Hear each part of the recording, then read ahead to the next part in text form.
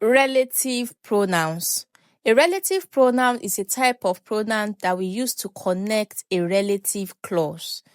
A relative clause is actually also known as adjective clause or adjectival clause.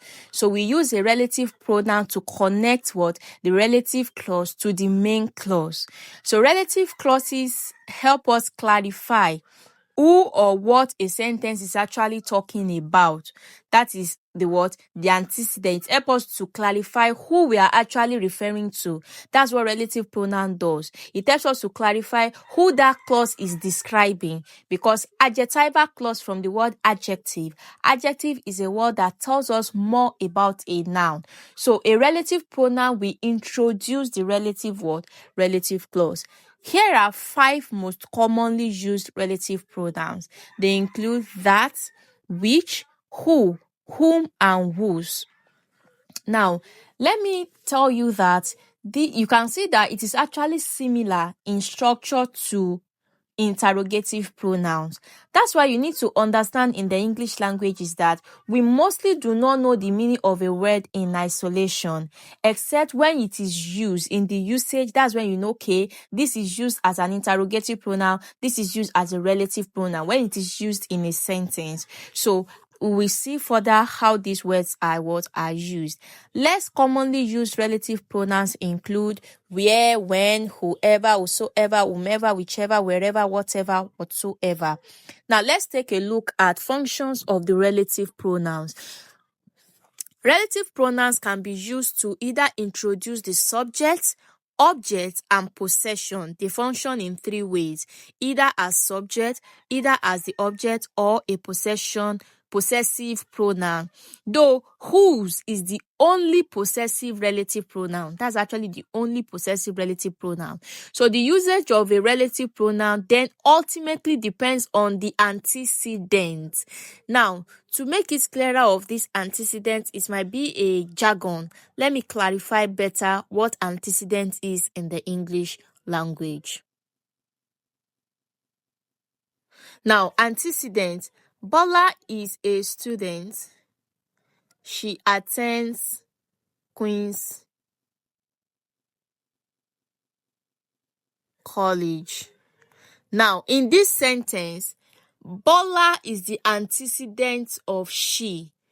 Do you understand what I'm saying? So it is because Bola is female, that's why we are able to use pronoun that is feminine. Do you understand? So that's what is called antecedent. Antecedent is that noun that the pronoun is replacing in order to avoid repetition.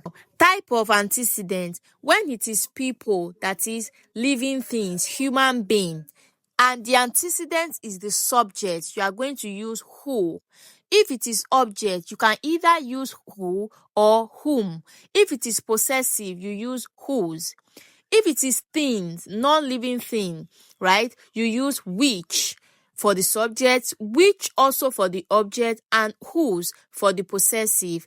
People or thing, that is neutral. We use that for people, we use that for thing, we use that for subject, we use that for object. Let's take a look at each of them. Subject: the woman who came to my house was a salesperson. The woman who came to my house was a salesperson. I believe the question you are going to ask yourself is that, why did we use who and not whom? We use who because the antecedent of this who, what this who as a pronoun is replacing, is the woman, and the woman is the subject. The question you then ask yourself is that, how do we know that the woman is the subject? Then you can go back to our video on subjects, objects, complements, and all that. Now, let me explain. The woman came to my... the woman was a salesperson. That's the word. That is the main clause in this sentence. And if you analyze this sentence, the woman is the subject, was is our word, is our verb, salesperson is our complement. So by the time we introduce who came, by the time we want to introduce came to my house, By the time you want to introduce came to my house, which is a relative clause, then you now ask yourself, which of the relative pronoun are we to use? Since we've identified the woman as the subject, that is why we use who. Another example, this is the man who beat the boy.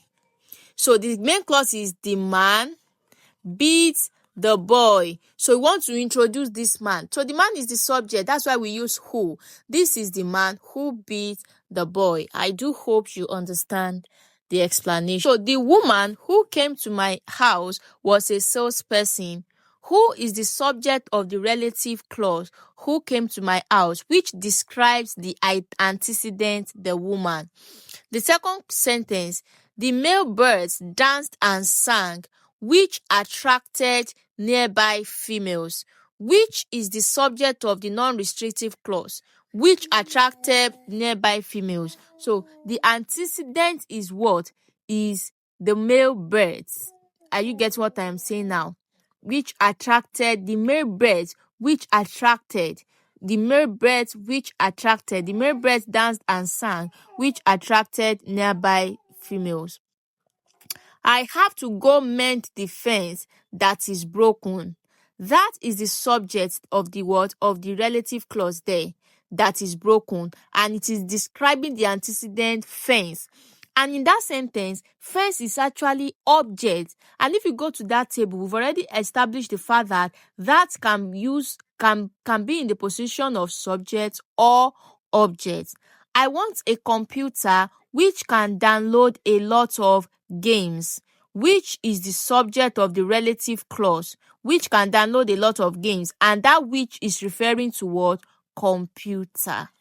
When we get to clauses, we are still going to explain all this better. Moving on, objects. I don't know if I passed the test that I took yesterday. Now, in this situation now, it's actually different from the one we did. I don't know if I passed the test that I took. Which test? I don't know if I passed the test that I took yesterday.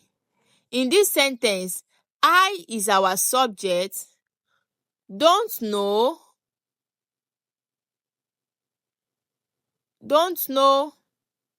if I passed. We could actually call it our verb. And test is our what? Object. So definitely that is what? The antecedent is the test, which is object. Do you understand? The new employee whom I hired is a dedicated worker. Whom is the object of the relative clause. The reason why we use whom there is because the new employee is actually our object. Don't be confused that but it is in the beginning of the sentence. No. Let me rewrite that sentence. I hired a new employee. You can see whom is a dedicated worker. You can see it's still the same thing as the sentence they gave us. So I is our subject, hired is our verb, a new employee is our object. Possession, like we've already said, whose is the only one that can be used as possession. The relative pronoun whose is unique in that it is the only one that can describe possession. It comes before a noun in a sentence, modifying it as an object to indicate that it belongs to the antecedent. She tried to help the student whose lunch money had been stolen. Take note, whose is always in between the owner and the thing. This is the woman whose husband is my boss. Woman, husband, whose is in between them. So whose modifies lunch money and introduce the word, the relative clause, whose lunch money had been stolen, which describe the antecedent students. I do hope we understand. I'm still going to share more example on the group. So we have finally come to our lesson on pronouns. Especially the types of pronouns. I do hope you got value from this video. If you did, make sure you like the video, Drop a comment, share this video to friends and colleagues that may be interested in it, and don't forget to follow and subscribe to this YouTube channel. Thank you.